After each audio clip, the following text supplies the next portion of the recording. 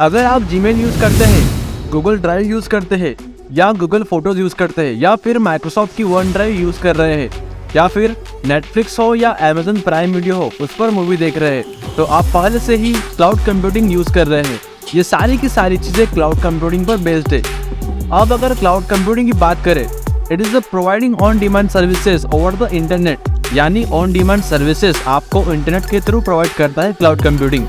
आसान भाषा में समझे तो मान लेते हैं कि आपने आपका एक नया बिजनेस शुरू किया है या फिर कोई स्टार्टअप शुरू किया है। पहले क्या होता था, शुरुआत में आप शुरू कर रहे थे, आपके पास एक कंप्यूटर सिस्टम होता था जिस पर आप आपकी सारी फाइल्स को स्टोर करा रहे थे। पर एक पॉइंट के बाद आपकी कंपनी में बहुत सारे एम्प्लॉयज़ बढ़ जाएंगे।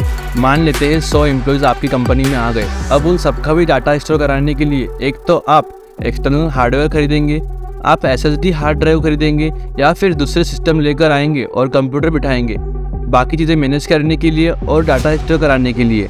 एक तो क्या होगा, वो सारा हार्डवेयर खरीदने से आपका खर्चा बढ़ जाएगा और सारे हार्डवेयर को मैनेज करने के लिए आपको एक टेक टीम बिठानी पड़ेगी। अगर कोई प्रॉब्लम आती है तो उसे रिकवर करने के लिए आपको एक स्ट्रेटजी सोचनी होगी, साथ के साथ उसके मेंटेनेंस और पावर का खर्चा भी आपको ही देना होगा। अब ऐसी सिचुएशन में आपके आधे सिस्टम यूज में नहीं आएंगे और कंपनी का बहुत ज़्यादा लॉस होगा। तो ऐसे सिचुएशन के लिए मान लीजिए आपके पास किसी कोई सर्विस होती जो आपके लिए डेटा को स्टोर करती, या फिर आपको लोकल सर्वर पर लोकल सिस्टम पर जो भी काम करना पड़ रहा है वो कहीं और करा लेते, किसी रिमोट सिस्टम पर या फिर किसी रिमोट मशीन जो कहीं और किसी और के पास है। उसके मेंटेनेंस का, सिक्योरिटी का, टेक टीम का खर्चा, रिकवरी का खर्चा वो कोई और ही देख रहा होता और आप क्या करते हैं, उनको कोई फीस दे देते, नॉमिनल सी फीस। और साथ के साथ जब वो सर्विसेज आपको चाहिए तब अपने हिसाब से यूज़ करते, जितनी ज़्यादा चाहिए जितनी कम चाहिए उसके हिसाब से आप उसको कस्टमाइज़ करते। बस कंडीशन ये होती है कि आपके पास एक अच्छा सा इंटरनेट कनेक्शन हो जो कि आप उस सर्विस को एक्सेस कर सकें। तो ऐसी सर्विस क्लाउड कंप्यूटिंग की सर्विस होती है और इसे प्रोवाइड करते हैं क्लाउड प्रोवाइडर्स। क्लाउड प्रोवाइडर्स जैसे माइक्रोसॉफ्ट एग्जोर, AWS जो अमेज़न का है, साथ ही साथ गूगल क्लाउड।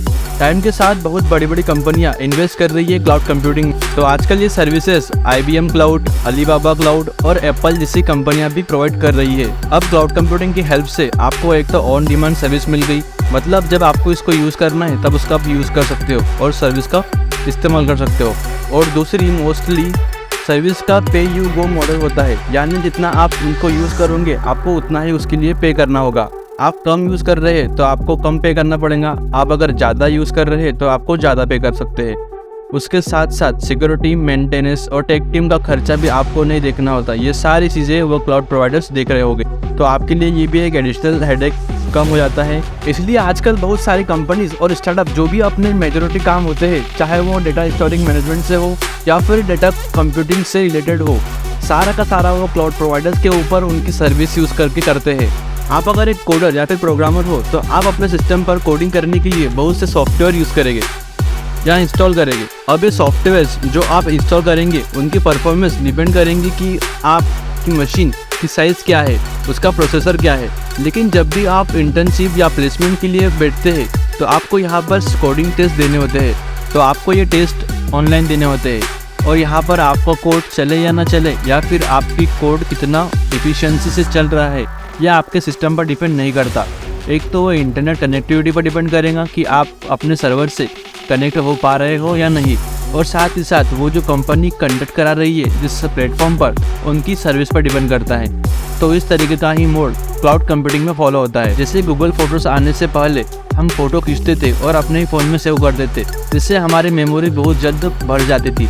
लेकिन आज के समय में ऐसा है, हम फोटो खींचते हैं और गूगल ड्राइव या फिर गूगल फोटोज़ पर अपलोड कर देते हैं, जिससे हमारा जो भी डाटा स्टोर होता है वो एक सर्वर पर स्टोर हो जाता है। जब भी ज़रूरत पड़े हम वहाँ से फ़ोटो निकाल सकते हैं, डिलीट कर सकते हैं और फिर से अपलोड कर सकते हैं। या फिर हमारा फ़ोन खो गया या फिर हमारा लैपटॉप खो गया या फिर हमने नया फ़ोन लिया या फिर नया लैपटॉप लिया, अगर हमारे पास इंटरनेट है तो हम उस अपलोड किए हुए डाटा को, जो भी हमारा डाटा रहेगा उसको हम कहीं से भी एक्सेस कर सकते हैं इंटरनेट के थ्रू। तो इस तरीके से क्लाउड कंप्यूटिंग काम करता है। और क्लाउड कंप्यूटिंग आने के बाद हमें बहुत सारे तरीके से फ़ायदे हुए हैं। एक तो हमें ज़्यादा स्टोरेज पास पर रखने की ज़रूरत नहीं होती, आप जो भी डाटा अपलोड कराना चाहते हैं उसे अपलोड कर दीजिए, उसे बाद में एक्सेस कर सकते हैं।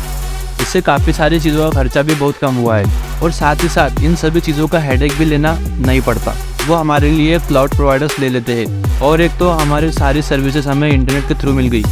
तो इस तरीके से क्लाउड कंप्यूटिंग काम करता है हमारे डे टू डे लाइफ में and in terms of business management and startup के लिए। आज के लिए इतना ही, मिलते हैं अगली वीडियो में। अगर आपको हमारा वीडियो वाकई में पसंद आया होगा तो ज़रूर सब्सक्राइब कीजिए